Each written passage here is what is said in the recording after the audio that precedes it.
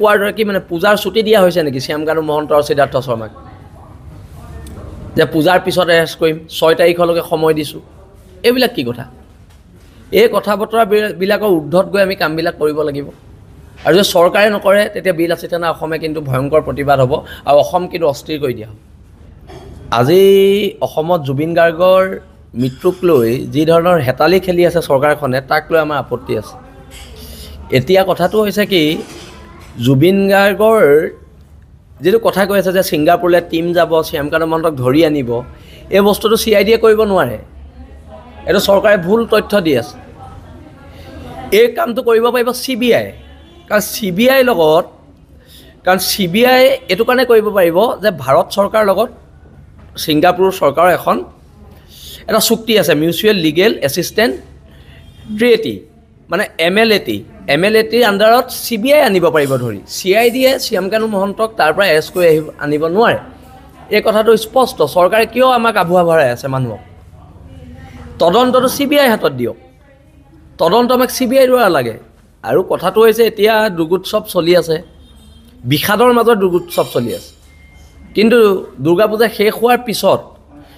বিল আছে থানা অসমে সৰ্বস্তৰ জনতাক লৈ কিন্তু ভয়ানক প্ৰতিবাদ কৰিব আৰু প্ৰতিবাদ কিন্তু আমি ৰাজপথত কৰিম কাৰণ আপোনালোকে জুবিন গাৰ্গক লৈ এটা প্ৰত্যেকটো ৰাজনৈতিক দলবিলাকক দেখিছোঁ সকলোৱে ৰাজনীতি কৰাত লাগিছে কি ৰাজনীতি ঊৰ্ধত গৈ মানে কথা বতৰাবিলাক হ'ব লাগিব আৰু সেইকাৰণে আমি কৈছোঁ যে এই যিটো তদন্ত হৈছে তদন্তটো CBI হাতত দিয়ক এই তদন্তটো CBI হাতত দিয়ক আৰু CBI হাতত দিলেহে শ্যামকানু মহন্তক তাৰ পৰা এৰেষ্ট কৰি আনিব পাৰিব CID দল বা SIT গৈ পেলাই এৰেষ্ট কৰিব নোৱাৰে যিটো নোৱাৰে আৰু কাৰণ ছিংগাপুৰৰ দৰে এখন দেশত বহুতো নীতি নিয়মৰ মাজেদি কিছুমান প্ৰক্ৰিয়া হয় আৰু এই প্ৰক্ৰিয়াবিলাকৰ লগত যদি ভাৰত চৰকাৰ জড়িত হ'ব লাগে তেতিয়া CBI যোগেদিহে জড়িত হ'ব পাৰিব এতিয়া কথাটো হৈছে জুবিনদাৰ কাইলৈ শ্ৰাদ্ধ আছে যোৰহাটত আমি তাত যাম বিল আছে থানাৰ সকলো সৈনিক যাব অসমৰ সৰ্বস্তৰৰ মানুহ যাব কিন্তু জুবিনদাৰ সকাম হোৱাৰ পিছত পূজা শেষ হোৱাৰ পিছত কিন্তু এইখন চৰকাৰৰ বিৰুদ্ধে জুবিনদাৰ ন্যায়ৰ যিখন যুঁজ এখন যুঁজ কিন্তু ৰাজপথত হ'ব আৰু ভয়ংকৰ ৰূপত হ'ব কাৰণ জুবিনদাক সৰ্বস্তৰৰ মানুহে জুবিনদাৰ ন্যায়টো বিচাৰিছে আজি গৰিমা বৌৱেও জুবিনদাৰ ন্যায়ৰ বাবে চৰকাৰৰ ওচৰত আবেদন কৰিছে তেওঁ FIR দিছে এটা কথাটো হৈছে আমি আগতেও কৈছিলোঁ যে শ্যামকানু মহন্তৰ ঘৰত বুলডেজাৰ চলাব লাগে কিন্তু হিমন্ত বিশ্ব শৰ্মাৰ সাহস হোৱা নাই এতিয়ালৈকে শ্যামকানু মহন্তৰ ঘৰত বুলডেজাৰ চলাবলৈ সিদ্ধাৰ্থ শৰ্মা তাক গুলিয়াব লাগে এতিয়া অসম পুলিচৰ যে ৰাতি যে এনকাউণ্টাৰ কৰে অসম পুলিচৰ এতিয়া গুলিবিলাক ক'ত গ'ল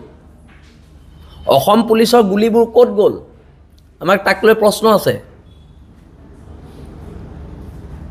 ৰাজস্থানৰ এজন বেপাৰীয়ে আমাৰ অসমৰ আটাইতকৈ মূল্যৱান সম্পদটো তাৰ বাবে আমি হেৰুৱালোঁ তাক দুটা গুলি মাৰিবলৈ অসম পুলিচৰ দুটা গুলি ক'ত গ'ল আমাৰ তাক লৈ প্ৰশ্ন আছে বিল আছে তেনে এতিয়া কথাটো হৈছে তদন্ত CBI হাতত দিব লাগিব আৰু অতি শীঘ্ৰে মানে এতিয়া বাকী সকলোৱে কোৱাৰ দৰে কি মানে পূজাৰ ছুটি দিয়া হৈছে নেকি শ্যামকানু মহন্ত আৰু সিদ্ধাৰ্থ শৰ্মাক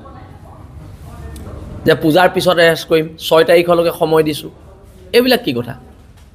এই কথা বতৰাবিলাকৰ ঊৰ্ধত গৈ আমি কামবিলাক কৰিব লাগিব আৰু যদি চৰকাৰে নকৰে তেতিয়া বিল আছে তেনে অসমে কিন্তু ভয়ংকৰ প্ৰতিবাদ হ'ব আৰু অসম কিন্তু অস্থিৰ কৰি দিয়া হ'ব